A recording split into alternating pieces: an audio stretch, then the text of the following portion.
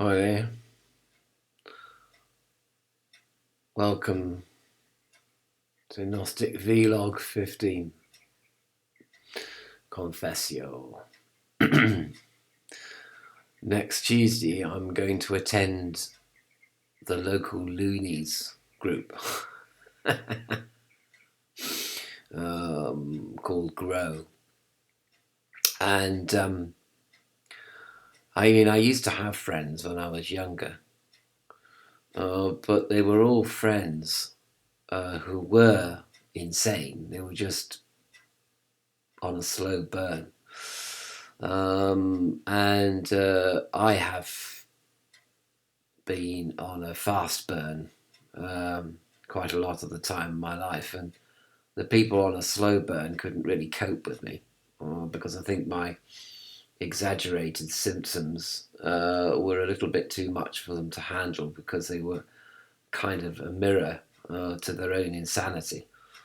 I was going to identify the sort of group of people that I would consider to be lunatics on a slow burn, but I think that's prejudicial, and so I'm not going to go down that road. That's not particularly kind to talk about different groups of people with different beliefs as if they were lunatics. It's a bit like the Soviet Union identifying dissidents as people that belonged in a mental asylum. Not nice at all. So I'm not going to do that.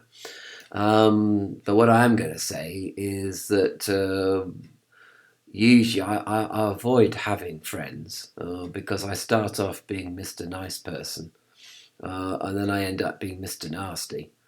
And that's why I quarantine myself from Twitter and Facebook and all that, because I start off being all enthusiastic and my output gets darker and darker and darker. So is my poetry and my music.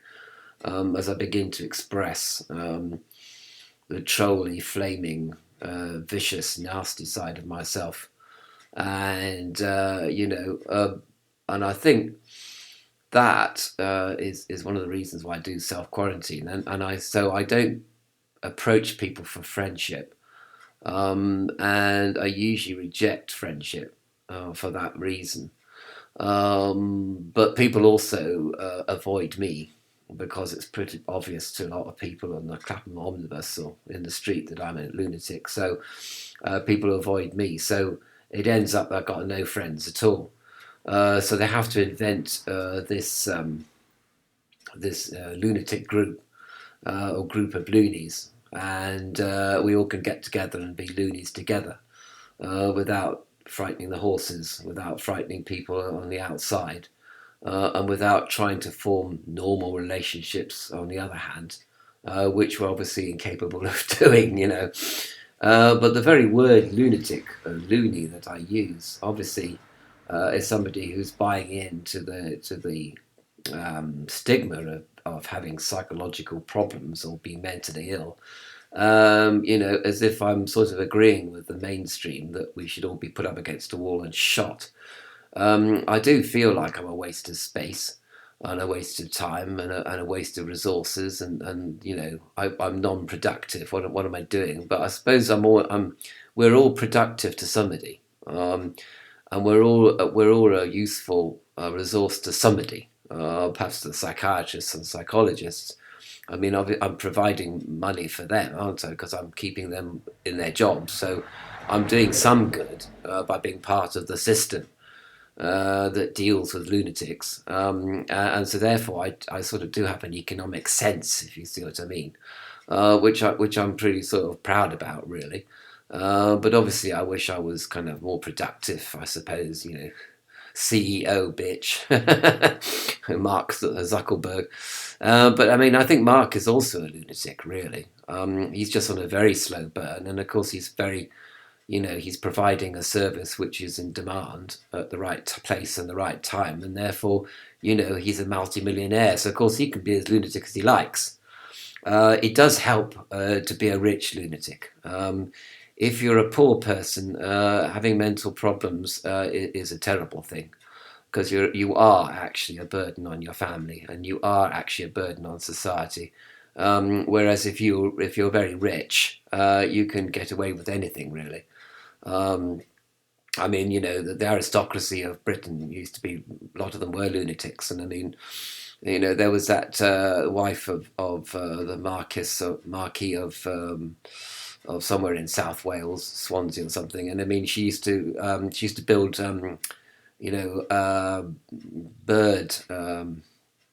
She used to build. She used to get a lot of grass and straw, and she used to build herself bird nests around the house, and she used to pretend that she was a bird nesting. And so, but she could get away with all that because she was a rich person, or wife of a very rich person. So he owned a lot of factories and stuff like that, so he had to put up with her. And she brought him the title. You see, he was nouveau riche. So he wasn't aristocracy himself, but he married into aristocracy, and of course he married someone who was a complete mad person. But she was useful to him, I suppose, and so he didn't mind her building nests around the house because after all, he had gained more than he lost by being, married to her. So I suppose really one shouldn't self-stigmatize by calling oneself a loony, and because that's not very. That is buying into prejudice and bigotry, I suppose, really. But perhaps one is a bigot and prejudiced oneself, and I don't like lunatic people. And of course, nowadays there is this thing going around that we don't have to like each other. We don't have to like gays. We don't have to like black people. We don't have to like Chinese people if we don't want to. That represented by Britain leaving the EU. We don't have to like foreigners. We can be as xenophobic as we like. That's kind of our right to be xenophobic, and we don't. We can be cavemen if we want to be, because if it's because I have a right to self-expression, and if I'm a caveman, I have a right to be a troglodyte. If I want to be a troglodyte, you see, that's the kind of attitude nowadays, and so I don't have to be, a liberal. I can be a troglodyte, conservative. I can be nasty to people. I can say outrageous things, and I can get elected to the presidency of the US. And what of it, kind of thing. What of it? As the gangster rap go. I can do anything I like. What of it? Um, so, of course, as far as the Gnostic is concerned, there's a tendency psychologically to be a misanthropist, to hate the cosmos, to hate nature, to hate human beings.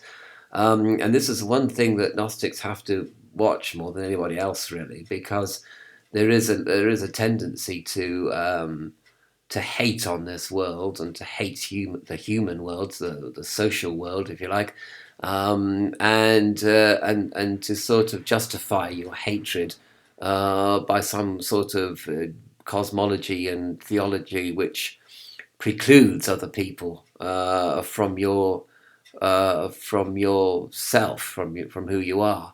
But be very wary of that because I think that you have to be more kind, more compassionate, more understanding of people if you're a Gnostic than anybody else, really. And you have to guard against your own bigotry more than anybody else, more than any other person identified as a bigot, in quotation marks. So there's a tendency for Gnostics to use Gnosticism as some kind of excuse for their bigotry. And they ought to guard against that, or they ought to self-parody themselves a lot. They ought to take the mickey out of themselves a lot on that basis. Because it's like Stefan Hoyle.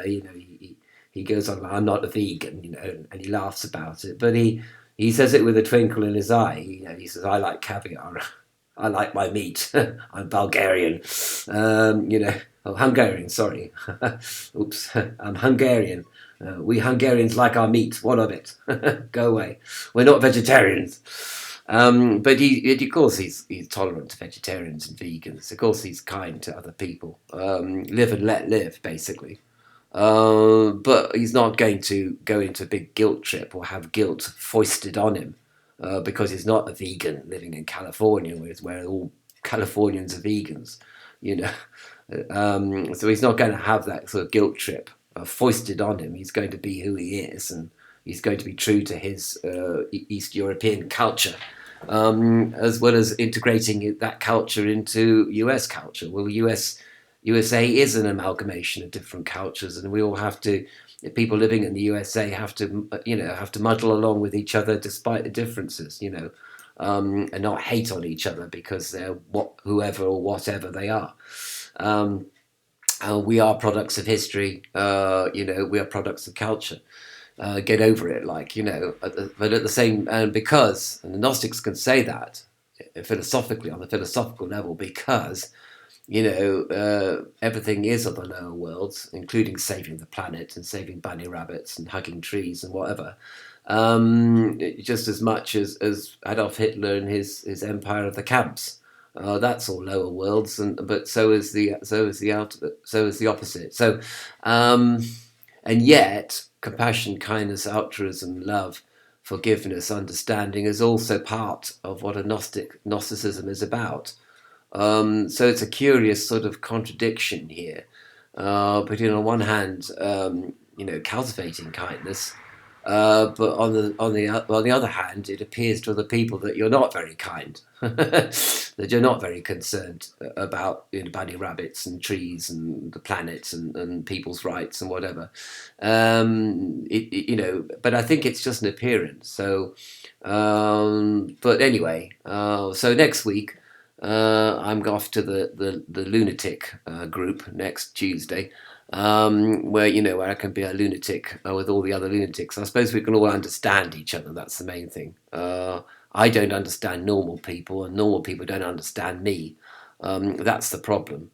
But I also don't want to get aggressive and flame and troll and punch people in the face. Which would land me in some legal problems as well, and I don't want to go around vandalising bus stops and things like that, which is what I want to do, and smash things up and self-harm as well. So I want to be with people that understand that on one hand we want to do these things, but on the other hand we recognise that it's not a very social thing to do.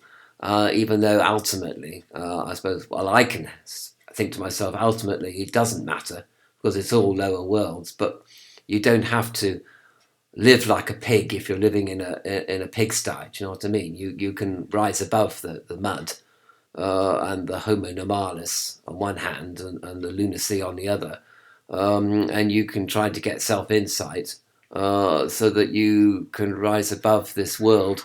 Even though you're in this world and you can't escape from this world until your time.